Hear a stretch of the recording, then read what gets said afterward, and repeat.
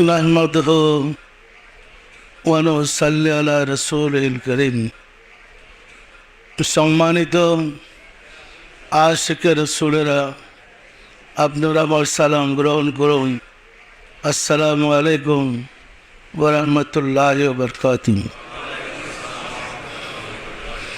সম্মানিত আশিক রাসূলেরা, সময় কারোর জন্য অপেক্ষা করে না, সময় চলে যায়। আমরা মনে করি ইবাদতের কাজটা হয়তো কালকে করব, দেখা যায় কাল কারো জীবনে আর ফিরে আসে না।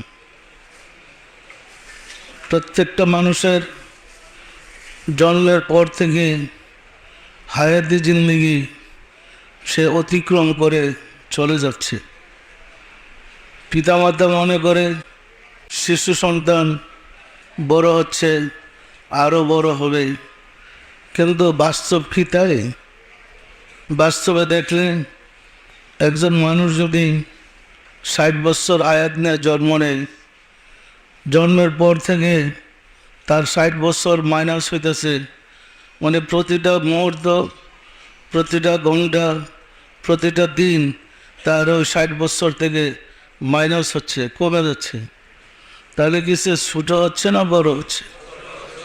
সম্মানিত আশিক রাসূলেরা, বাস্তব দিক থেকে লক্ষ্য করলে দেখব আমরা যে আমরা ক্রমান্বয়ে ছোট থেকে ছোট হয়ে যাচ্ছে, আমাদের সময় শেষ হয়ে যাচ্ছে। এর মাঝে আমাদের মঞ্জিলে মকসুদে বসতে হবে, প্রতিনিধির মর্যাদা আমাদের তুলে ধরতে হবে, ধরে রাখতে হবে। মানুষ কিন্তু ছিল আল্লাহর প্রতিনিধি। আমরা নিজের কর্মদোষে সে প্রতিনিধিত্বের গুণ হারিয়ে ফেলেছি। আবার সৎকর্ম করে, ভালো কাজ করে, আল্লাহর পরিচয় লাভ করে আমাদের প্রতিনিধির মর্যাদায় অধিষ্ঠিত হইতে হবে। সম্মানিত আশিক রাসূলেরা, যুগ ওসনে নবুয়তের যুগ ছিল।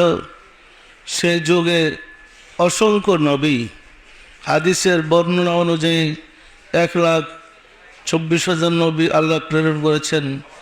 প্রত্যেক নবী, প্রত্যেক রাসূল তার যুগের মানুষকে চেষ্টা করেছে মঞ্জিলে মকসুদে পৌঁছে দেওয়ার জন্যে, মহান রব্বুল আলামিনের সাথে যোগাযোগ করে দেওয়ার জন্যে। দেখা গিয়েছে যোগাযোগ করতে গিয়ে, প্রচারের কাজ করতে গিয়ে আস্তে আস্তে তাদের জীবন শেষ হয়ে গিয়েছে, অতিক্রম করেছে তাদের হায়াতি জিন্দেগি। পরবর্তীতে আবার যখন মানুষ অন্ধকারে নিপজ্জিত হয়ে পড়েছে, রব্বুল আলামিনের পক্ষ থেকে আবার নবী আসছে, আবার তারা চেষ্টা করেছে তার প্রিয়টা, তার জামানায় যেন মানুষ আল্লাহর সাথে যোগাযোগ করে ধর্মকর্ম করতে পারে, সেই চেষ্টাই করেছে। এভাবে আমরা যদি পিছনের দিকে তাকাই, দেখতে পাবো অসংখ্য নবী, অসংখ্য রাসূল, অসংখ্য মহামানব এই মহাসত্যকে তুলে ধরতে গিয়ে হায়াতি জিন্দেগি শেষ করে পরবারে যাত্রা করেছে বা অতিক্রম করে চলে গিয়েছে। সম্মানিত আশিক রাসূলেরা, আমাদের নিজেদের কর্মের দিকে তাকাইলে আমরা দেখব আমাদের হায়াতি জিন্দেগি আস্তে আস্তে ছোট হয়ে যাচ্ছে। টেরও পাওয়া যাচ্ছে না যে দিনটা কোন দিকটা চলে গেছে। কি টের পাওয়া যায়? কীভাবে আমাদের হায়াত ক্ষয় হয়ে যাচ্ছে আমরা টেরও পাচ্ছি না। এমন একটা নেশার মধ্যে আমরা পড়ে আছি যে আমরা অনুভব করতে পারছি না যে আমরা আস্তে আস্তে মানে মৃত্যুর কাছাকাছি এসে পৌঁছে যাচ্ছি। সুতরাং সময় থাকতে আমাদের ইবাদত বন্দেগী করতে হবে এবং সময় থাকতে আমাদের মঞ্জিলে মকসুদে পৌঁছার ব্যবস্থা করতে হবে। যদি ব্যবস্থা করে যেতে না পারে, পরবর্তীতে হাজার আফসোস করলেও সেই সুযোগ, সেই সময় আমাদের আসবে না। সম্মানিত আশিক রাসূলেরা, আমরা অনেক সময় গল্প করে থাকি বা নিজেরাও চিন্তা করি যে আজ না পারি কাল তো ভালো কাজ করব।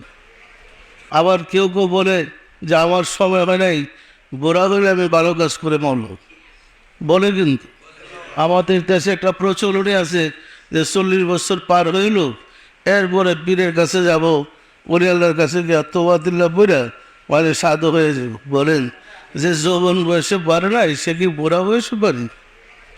যে ছেলেটা যুবক বয়সে লেখাপড়া করতে পারে না, সে বৃদ্ধ বয়সে কীভাবে লেখাপড়া করবে?